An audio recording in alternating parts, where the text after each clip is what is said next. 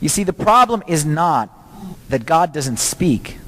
The problem is that we may not be hearing. Because I promise you, every time you open up this, God is trying to speak like loudly and clearly and shouting at you every time you open up the Word, every time you attend a Bible study, every time you go to a liturgy, every time God is trying to speak to you.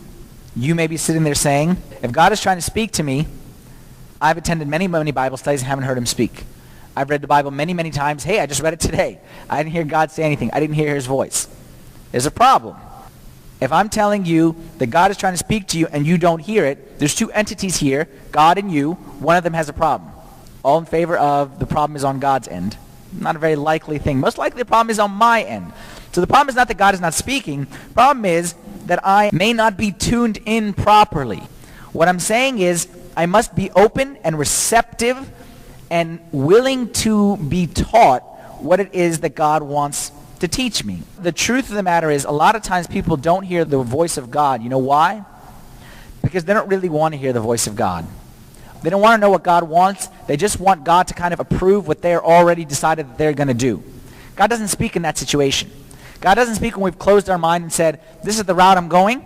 I'm going to be bitter for the rest of my life, and I just need a Bible verse to kind of support that bitterness. I'm going to go this track in life, and I just need to pray, come on, God, give me some kind of validation for it. Depth comes only through time.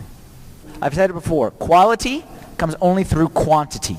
And too many of us have not dedicated the quantity to hearing God's voice, and therefore we will never receive the quality of hearing God's voice. God is big, very big. I cannot tell him that he has a 15-minute window and that's all. God can't fit in a commercial break kind of a window.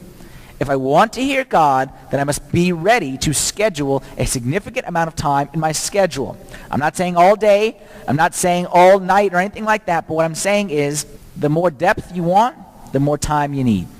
I'm not going to set a time limit, but the more depth you want, the more time you need. But you will never find a tree being really, really deep and really, really strong in 15, 20 minutes.